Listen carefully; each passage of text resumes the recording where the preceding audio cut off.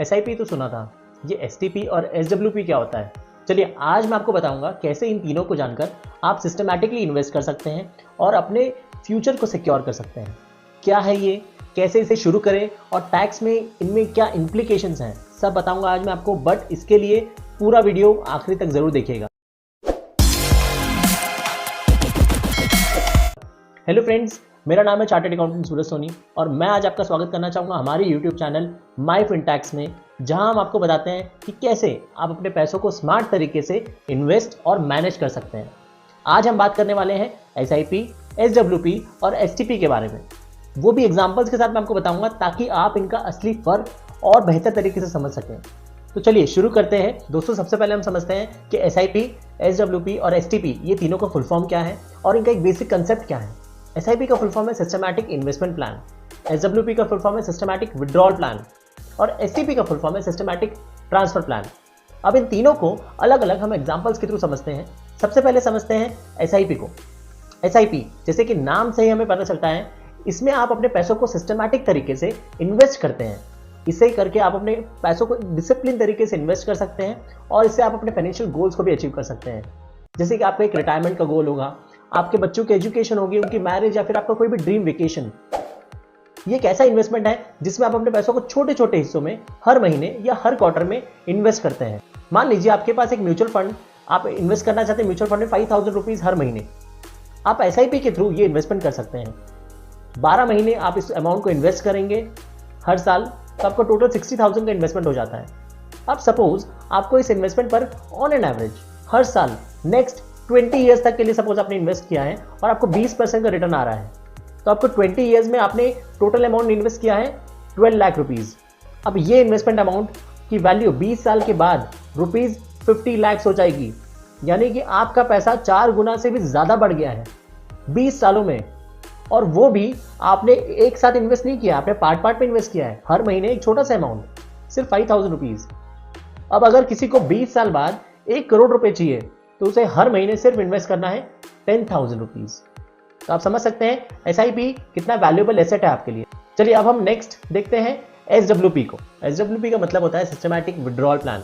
जैसे कि नाम से ही जाहिर है, SIP से ठीक अपोजिट होता है SWP। ये एक ऐसा इन्वेस्टमेंट है जिसमें आप एक लमसम अमाउंट को इन्वेस्ट करते हैं और फिर उस अमाउंट को आप फिक्स इंटरवल्स के थ्रू विड्रॉ करते हैं। आमतौर पर SWP का इस्तेमाल रिटायरमेंट के वक्त किया जाता है। ये एक तरह का खुद के लिए तैयार किया हुआ मान सकते हैं पेंशन प्लान है। मान लीजिए आपने रुपीज 20 लाख एक डेट म्यूचुअल फंड में इन्वेस्ट किया है और आपको एक स्टडी इनकम स्ट्रीम की जरूरत है। आप SWP प्लान को चूज करके अपने इन्वेस्टमेंट से हर महीने 20,000 विड्रॉ कर सकते हैं। अगर आप SWP प्लान को सपोज 5 साल के लिए आपने चूज किया है तो आपको हर महीने रुपीज 20,000 का विड्रॉल मिलेगा और आपकी total withdrawal amount rupees 12 lakh हो जाएगी। इसके थ्रू आप अपनी रेगुलर एक्सपेंसेस को मैनेज कर सकते हैं, आप अपने फाइनेंशियल गोल्स को अचीव कर सकते हैं। तो ये था एक एग्जांपल जिसके थ्रू SWP कंसेप्ट को आप समझ सकते हैं। SWP इन्वेस्टमेंट प्लान आप बोल सकते हैं कि आप रिटायरी और रेगुलर स्ट्रीम वालों के लिए बेनिफिशियल होता है। और लास्ट में अब हम बात करते हैं STP की। STP का मतलब होता है सिस्टमैटिक ट्रांसफर प्लान। STP एक म्यूचुअल फंड इन्वेस्टमेंट प्लान है जिसमें आप अपने एक म्यूचुअल फंड से दूसरे फंड में अपने जो अमाउंट आपने इन्वेस्ट कर रखा है उसको सिस्टमैटिक तरीके से ट्रांसफर कर सकते हैं। ये एक ऐसा इन्वेस्टमेंट प्लान है जो इन्वेस्टर्स को पोर्टफोलियो डाइवर्सिफिकेशन और रिस्क मैनेजमेंट के लिए बहुत मदद करता है। मान लीजिए आपने रुपीज 5 लाख एक इक्विटी म्यूचुअल फंड में इन्वेस्ट किया हुआ है। अब आप इक्विटी मार्केट के फ्लक्चुएशंस के कारण आप अपने इन्वेस्टमेंट को सिक्योर रखना चाहते हैं, इसलिए आप STP प्लान को चूज करके अपने पैसों को ग्रेजुअली एक फंड से दूसरे फंड में ट्रांसफर कर सकते हैं। अब आप STP प्लान के थ्रू सपोज 5,000 हर महीने एक आपने फिक्स कर दिया, वो अमाउंट आप अपनी इक्विटी म्यूचुअल फंड से डेट म्यूचुअल फंड में ट्रांसफर कर सकते हैं। अगर आप STP प्लान को 5 सालों के लिए सपोज चूज करते हैं तो आप 5 सालों में टोटल रुपीज 3 लाख आपने ट्रांसफर कर दिया होगा, क्योंकि आप 5,000 हर महीने ट्रांसफर कर रहे हो। तो अगर आप STP प्लान को फॉलो करते हैं तो इससे आपको क्या होगा, मार्केट के जो फ्लक्चुएशंस हैं उसके इफेक्ट को आप कम कर पाएंगे और आप अपने इन्वेस्टमेंट को डाइवर्सिफाई कर सकते हैं। इसके थ्रू आपके रिटर्न रेट जो भी होगा वो हो सकता है कि बढ़ भी सकता है या एक ऑन एन एवरेज आपको अच्छा रिटर्न मिल जाएगा। सिमिलरली अगर आपको एक हाई रिस्क फंड में इन्वेस्ट करना है लेकिन आपको रिस्क से डर लगता है तो आप एक लो रिस्क फंड में इन्वेस्ट करके STP के थ्रू अपने पैसों को सिस्टमैटिक तरीके से हाई रिस्क फंड में ट्रांसफर कर सकते हैं। इससे आप अपने फंड्स को रिस्क और रिटर्न्स दोनों को मैनेज कर सकते हैं। तो इन तीनों में इन्वेस्टमेंट कब से शुरू करें? SIP, SWP और STP स्टार्ट करने का सही समय पैसे इन्वेस्ट करने वाले के फाइनेंशियल गोल्स, रिस्क प्रोफाइल और इन्वेस्टमेंट होराइजन पर डिपेंड करता है। लेकिन अगर हम तीनों को अलग अलग समझें तो जनरली SIP इन्वेस्ट करने की शुरुआत आपको एज अर्ली एज पॉसिबल कर देना चाहिए। इससे आपको लॉन्ग टर्म इन्वेस्टमेंट के बेनिफिट्स मिलते हैं, जैसे कि कंपाउंडिंग और रुपी कॉस्ट एवरेजिंग का। SWP स्टार्ट करने का सबसे अच्छा टाइम रिटायर होने के बाद होता है, जब आपको एक रेगुलर इनकम की ज़रूरत होती है, आपको लगता है कि आपके रिटायरमेंट सेविंग्स को आप प्रिजर्व करना चाहते हैं, तो आप SWP प्लान ले सकते हैं। अगर आप रिटायरमेंट के लिए सेविंग्स कर रहे हैं और रिटायरमेंट एज तक आपने इन्वेस्टमेंट को ग्रो करने के लिए एक SIP प्लान ले रखा है, तो आप रिटायरमेंट के बाद SWP प्लान को चूज कर सकते हैं।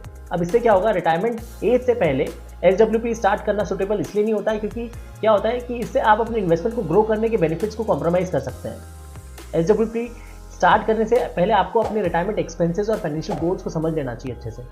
तो आपको रिटायरमेंट एज के बाद SWP प्लान जब आप चूज करते हैं, तो इससे क्या होता है कि आपके पास एक रेगुलर इनकम स्ट्रीम की मदद से आप अपने जो भी रिटायरमेंट के एक्सपेंसेस हैं उनको मैनेज कर सकते हैं। तो चलिए अब हम देखते हैं STP प्लान क्या है। STP स्टार्ट करने का सही समय, जैसे मैंने आपको पहले SIP और SWP के लिए कहा था, पैसे इन्वेस्ट करने वाले के फाइनेंशियल गोल्स, रिस्क प्रोफाइल और इन्वेस्टमेंट होराइजन पर डिपेंड करता है। लेकिन जनरली STP स्टार्ट करने का सबसे अच्छा टाइम होता है जब आप अपने इन्वेस्टमेंट पोर्टफोलियो को डाइवर्सिफाई करना चाहते हैं और अपने इन्वेस्टमेंट रिस्क को मिनिमाइज करना चाहते हैं। अगर आप एक म्यूचुअल फंड में लमसम अमाउंट इन्वेस्ट करते हैं और मार्केट वोलेटिलिटी से अपने इन्वेस्टमेंट को सिक्योर रखना चाहते हैं, तो आप STP प्लान को चूज कर सकते हैं। इससे आप अपने पैसों को ग्रेजुअली एक फंड से दूसरे फंड में ट्रांसफर कर सकते हैं, जिससे आप अपने इन्वेस्टमेंट पोर्टफोलियो को डाइवर्सिफाई कर सकते हैं और एक अपने आप रिस्क के एक्सपोजर को मिनिमाइज कर सकते हैं। चलिए अब हम देखते हैं टैक्स इम्प्लीकेशंस क्या हैं।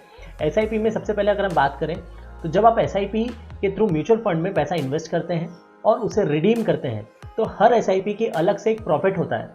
वो प्रॉफिट पर आपको टैक्स, सपोज आपका 10% टैक्स ब्रैकेट में अगर आप आते हैं तो आपको 10% टैक्स लगेगा।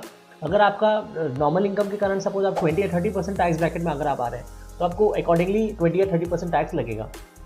तो ये आपके नॉर्मल इनकम पे डिपेंड करता है कि आप किस टैक्स ब्रैकेट में फॉल कर रहे हैं। SWP की अगर मैं बात करूं तो SWP में इंडिविजुअल विड्रॉल से टैक्सेबल गेन्स जो जनरेट होती हैं उस पर टैक्स लगता है। इसका मतलब है कि जब आप SWP के थ्रू पैसा विड्रॉ करते हैं तो आपको 10% टैक्स लगेगा अगर आप 10% टैक्स ब्रैकेट में आते हैं। वही अगर आप नॉर्मल इनकम के कारण सपोज 20 या 30% टैक्स ब्रैकेट में आ रहे हैं तो अकॉर्डिंगली आपको टैक्स लगेगा। और लास्ट में बात करते हैं STP की।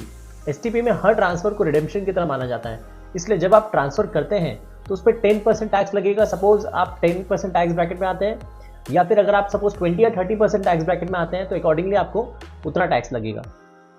तो जब आप STP के थ्रू पैसा ट्रांसफर करते हैं तो आपको ये भी ध्यान रखना है कि आपके जो इन्वेस्टमेंट्स के प्रॉफिट हैं उस पर भी अकॉर्डिंगली टैक्स लगेगा। लेकिन ध्यान रखना है कि आप सपोज मैंने जो भी ऊपर कहा है कि जो भी टैक्स परसेंटेज हैं वो आपके टैक्सेबल इनकम टैक्स ब्रैकेट के ऊपर डिपेंड करेगा, इसलिए आपको अपनी इनकम ब्रैकेट और टैक्स इम्प्लीकेशंस के बारे में सही जानकारी अच्छे से होनी चाहिए। तो दोस्तों ये थे SIP, SWP और STP के बारे में जानकारी और इन तीनों के बीच में डिफरेंस। उम्मीद करता हूँ कि आपको ये वीडियो पसंद आया होगा।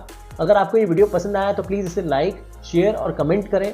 कोई भी अगर आपकी डाउट या फिर आपकी कोई भी क्वेरी है तो, और हमारे चैनल को सब्सक्राइब करना ना भूलें क्योंकि हम आपके लिए ऐसे ही इंफॉर्मेटिव और यूजफुल वीडियोज़ लाते रहेंगे।